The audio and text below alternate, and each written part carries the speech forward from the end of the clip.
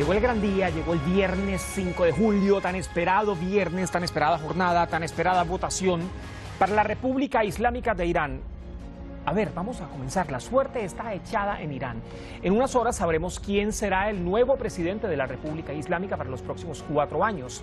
Más de 61 millones de votantes han estado convocados a urnas en esta segunda vuelta para escoger entre Masoud Pezeshkian y Said Jalili quién tomará las riendas del país. Desde muy temprano las autoridades reiteraban la importancia de la participación electoral y además llamaban a la participación en urnas, llamaban a votar. Los candidatos, Pezeshkian y Jalili, emergieron como favoritos, pero ninguno logró obtener una mayoría absoluta el anterior viernes, el 28 de junio, cuando se registraba la primera vuelta, por lo que fue necesaria esta segunda vuelta. Comienza Detrás de la Razón. Bienvenidos.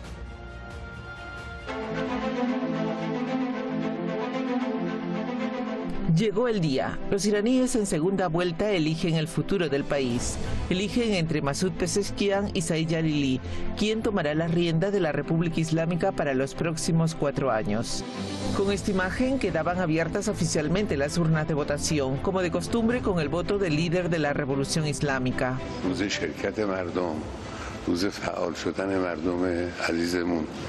در یک امر مهم سیاسی کشور و یعنی انتخابات شنیدم که شوق و علاقه مردم بیشتر از قبله خدا کنه اینجور باشه و اگر اینجور باشه خرسند کننده است و انشالله مردم عزیزمون موفق بشن رأی بدن و بهترین رو انتخاب بکنن و در این مرحله مردم قاعدتاً باید همتشون بیشتر باشه برای اینکه کار رو تمام میکنن دیگه. فردا ما انشالله رئیس جمهورمون رو داشته باشیم. خدا انشالله ملت رو موفق کنه و کشور رو آباد کنه. Más de 61 millones de electores están habilitados para escoger al nuevo mandatario. Los dos aspirantes han acudido a ejercer su derecho al voto acompañados por sus seguidores. Allí han llamado a la masiva participación popular. El presidente interino Mohammad Mokber también llamaba, luego de sufragar, a la participación en urnas y destacaba el nivel de organización anticipado de las votaciones.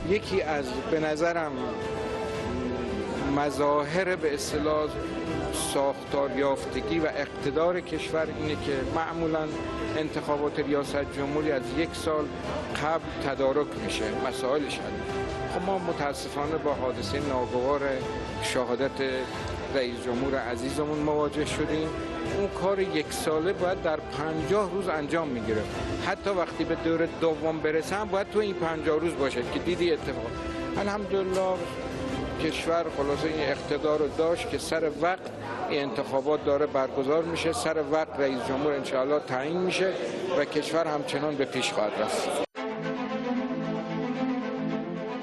Los votantes piden que el nuevo presidente trabaje en función de los intereses del país. در برهه‌ای که فعلا قرار داریم شرایط کشور شرایط قهر کردن نیست و لازمه که همه ما حمایت داشته باشیم از این دور از انتخابات که از جمله از حساس ترین ادوار انتخاباتی هست که درش قرار داریم. امیدوارم که مردم هم مشارکت حداکثری خودشون رو با این دوره داشته باشن و توی این دوره و توی این برهه حساس از این قهر فعلا دوری کنن. نسبت به قبل بیشتر میشه چون که مردم آگاهتر شدن بالاخره با توجه به صحبتایی که کردن مردم راحت‌تر میتونن رأی بدن.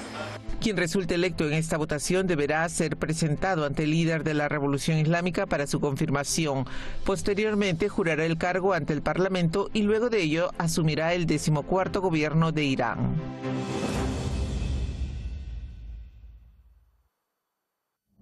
Cobertura especial la que hemos mantenido a lo largo de este 5 de julio, segunda vuelta de las elecciones presidenciales, también a lo largo de todo el tiempo de campaña, el que se registraba también para la primera vuelta de las presidenciales en la República Islámica de Irán. Nos acompañan como siempre los expertos. Esta noche, en esta edición especial de Detrás de la Razón, Tadeo Casiglioni es periodista, experto en relaciones internacionales, analista político, analista internacional y está en Argentina.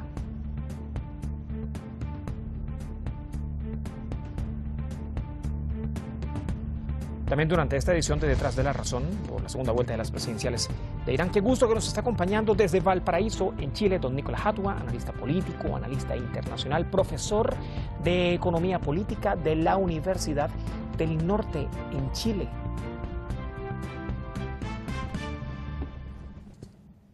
Tadeo, Nicolás, ¿cómo están? ¿Cómo les va?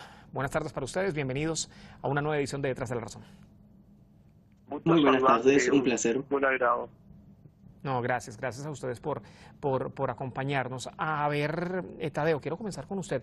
Estamos hablando de, ya le veo en pantalla, estamos hablando de dos visiones de país que son un tanto distintas en función de la política exterior, ¿no? Sobre todo, y quiero comenzar con la política exterior porque precisamente es hacia donde más ha apuntado la República Islámica de Irán, se ha venido posicionando durante los últimos años.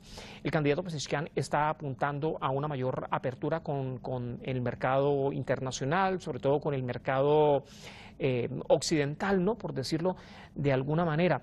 Sin embargo, el candidato Jalili está apuntando al sur global, a esa región de Eurasia, una región a la que Irán ha mirado con suma atención durante los últimos años también. Pero entonces, ¿cómo lograr todo esto cuando estamos hablando de un país que tiene sobre sí más de 2.500 medidas coercitivas unilaterales por parte de Estados Unidos y países europeos? Entonces, ¿cómo lograr, digamos, esta mayor apertura económica de la que habla cada candidato cuando a diferentes naciones prácticamente se les impide comercializar con países sancionados porque también llevan del bulto, también reciben sanciones o también se les hace más difícil? Bien, es un panorama muy interesante el que estamos viendo en Irán y como bien indicabas, ya sea que gane Pezeshkian o ya sea que gane Jalili, va a haber una transformación con respecto al comercio exterior y las relaciones que se buscan con los demás países. La visión de Pezeshkian de abrirse hacia Occidente, de abrir mesas de negociaciones, de entrar en diálogo y volver a un nuevo acuerdo nuclear, entre otras cuestiones, es una visión, vamos a decir, un poco idealista, algo que no se coincide mucho con la realidad, comprendiendo esta clásica doble trampa que hace Occidente, que por un lado amaga con que va a quitar sanciones, por el otro lado las mantiene o incluso las aumenta con tal de extorsionar a los pueblos para obtener su mayor beneficio.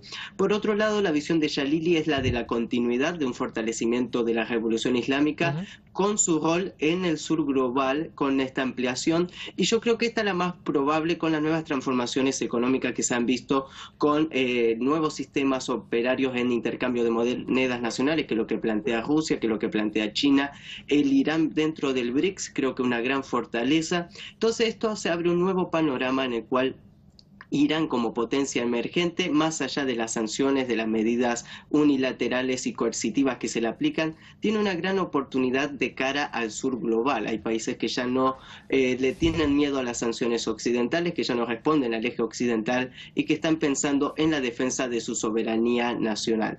Por eso creo que esta posición de Jalili de una continuidad en las políticas que venía llevando a cabo el presidente mártir Ebrahim Raisi es de una gran importancia. Y vamos a ver cómo evoluciona esto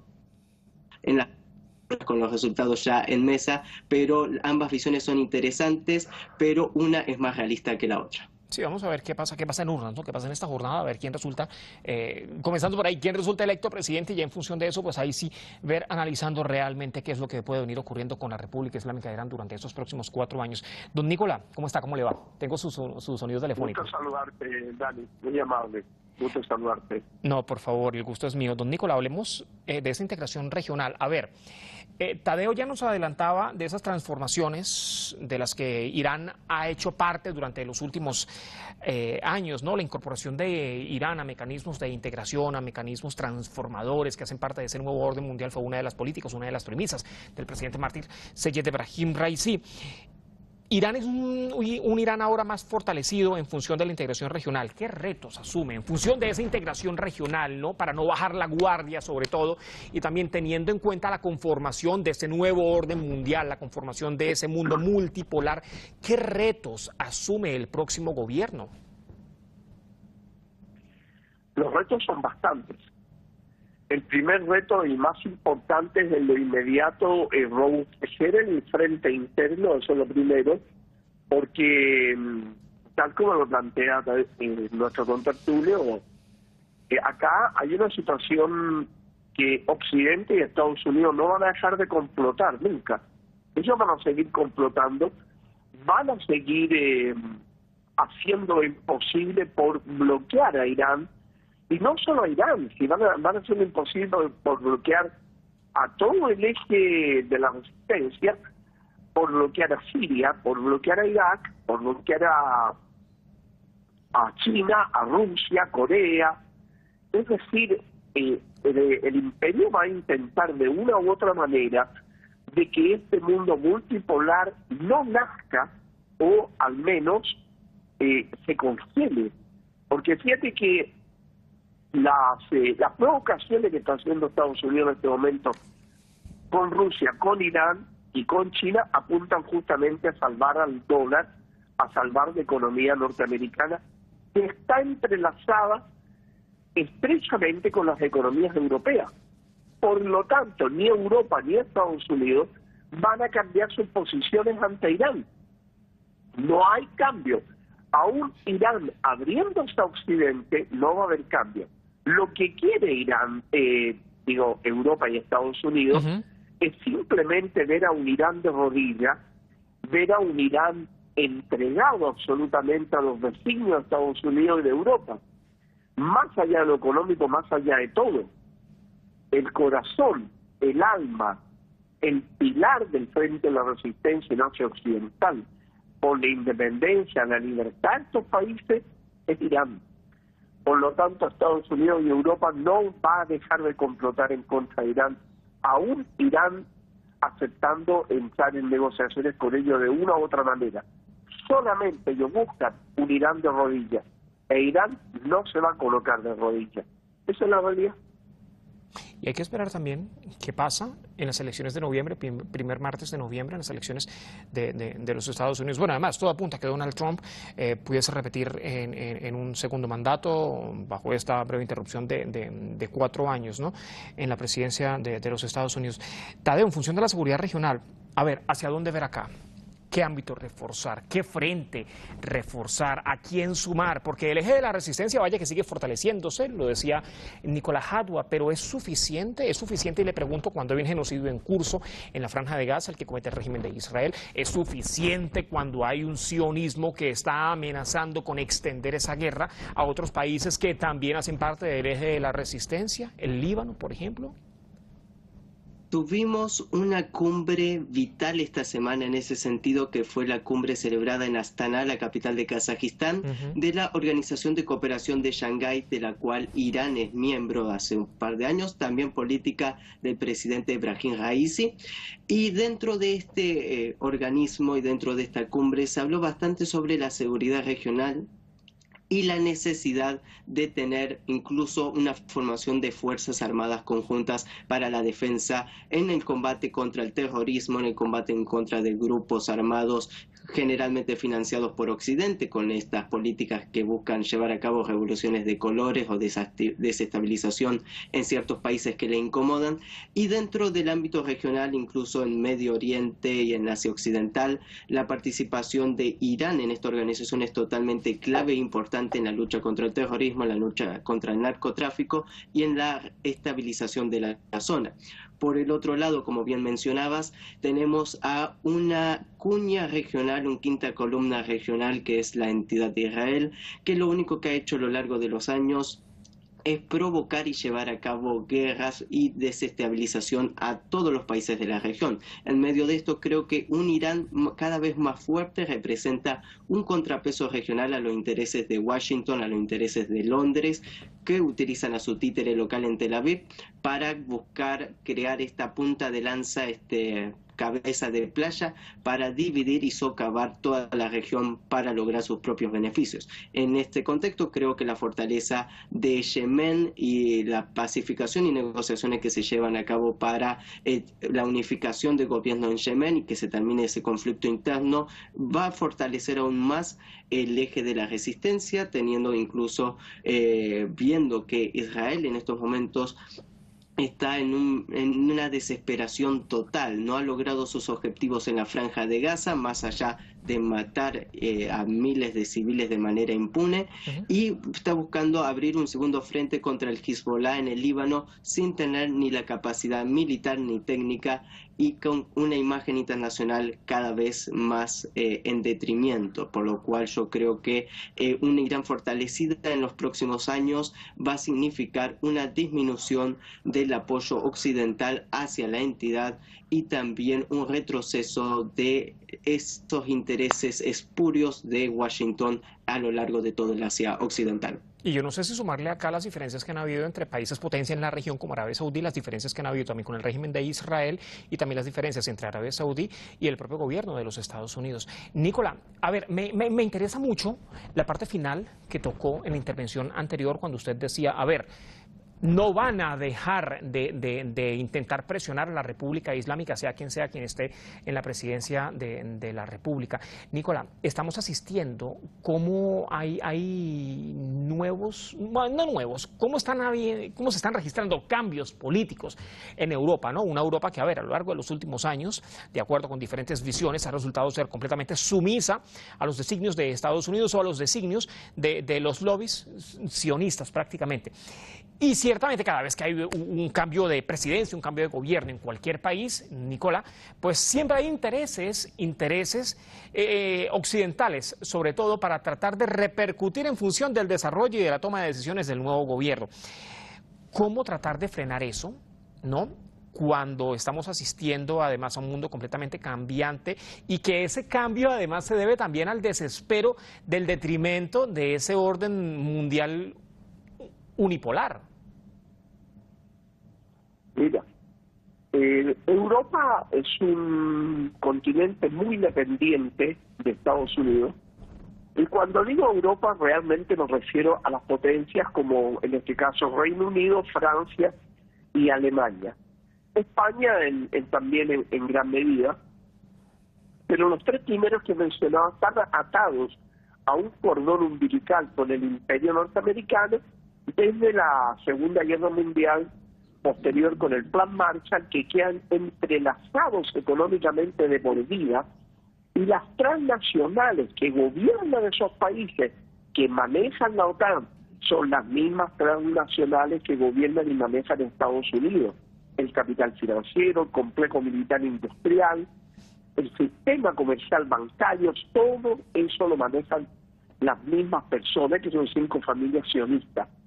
De modo que Europa muy difícilmente va a tener independencia a Estados Unidos, aún, fíjate, siendo gobiernos que se autocalifican de progresista o de izquierda. Mira tú el gobierno de España, recién por la presión interna ha hecho algunos cambios cosméticos en su posición frente al Estado infanticida, pero en el resto sigue siendo exactamente igual.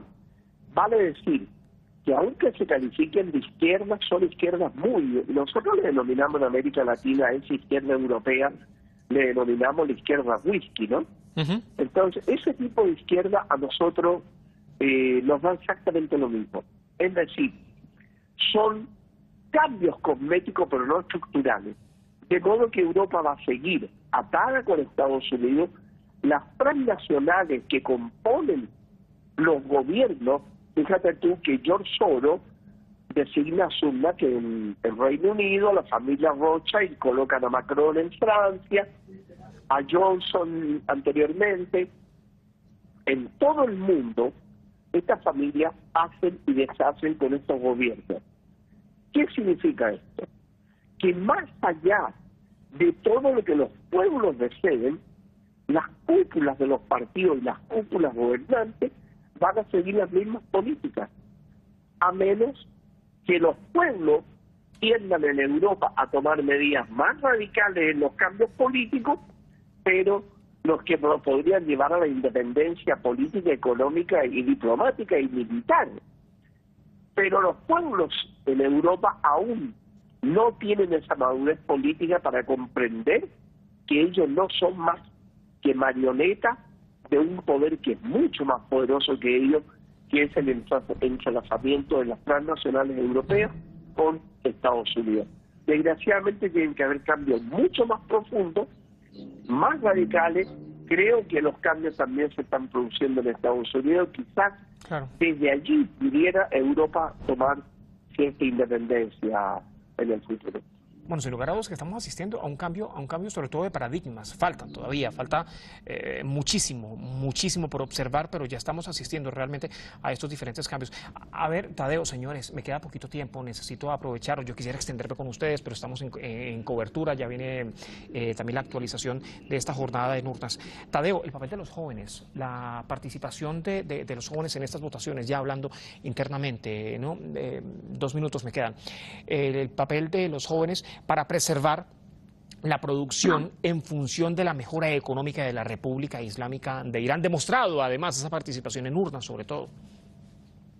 Bien, el papel de la juventud es vital. Una juventud consciente y enclarecida es el principal arma que puede tener una revolución, y una revolución fuerte como la República Islámica de Irán necesita de esta juventud. Yo creo que hay una juventud comprometida. Irán ya ha pasado por varias tormentas, incluso por intentos de revoluciones de colores en los años anteriores.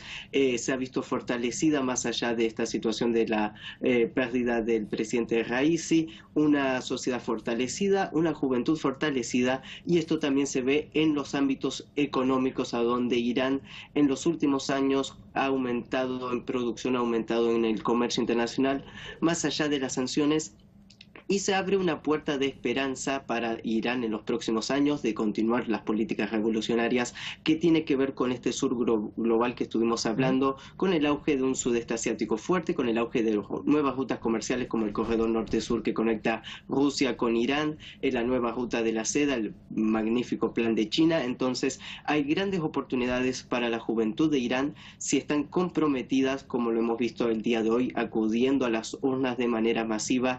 Y bueno, esperamos que esto continúe así, y es un análisis sumamente importante la juventud como el pilar fundamental para sostener una sociedad y sacarla hacia adelante. Importante y necesario, sobre todo. Nicola, me quedan minuto y medio, me queda escasamente minuto y medio. ¿Qué país está en juego acá? ¿Qué situación país recibe el próximo gobierno, hablando en términos políticos, sociales, económicos?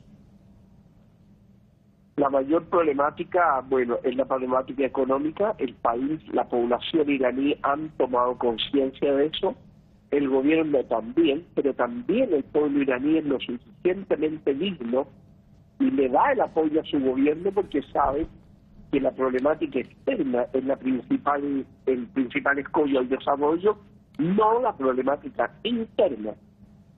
Lo que viene ahora son una enorme cantidad de complots en contra de la República Islámica de Irán. Es el pueblo iraní el que tiene que tomar las riendas y decir claramente: o quiere ser un país independiente, grande, fuerte y con políticas soberanas establecidas, o un país dependiente, lo que le diga Estados Unidos y algunas potencias regionales que también complotan permanentemente en contra de Irán. La tarea es bastante fuerte, pero el pueblo iraní ha sido lo suficientemente maduro para llevarla adelante, y lo han hecho con mucho éxito. Una población que está a la altura de los desafíos que se le presenta prácticamente a diario. Señores, muchas gracias. Muchísimas gracias por acompañarnos. No, gracias. Muchas gracias a ti. Muy bien. Gracias. Quien resulte electo presidente en esta votación deberá ser presentado ante el líder de la Revolución Islámica de Irán para su confirmación. Posteriormente jurará el cargo ante el Parlamento y luego de ello asumirá el 14º gobierno de la República Islámica de Irán. A ustedes, como siempre, gracias por acompañarnos. Será hasta la próxima.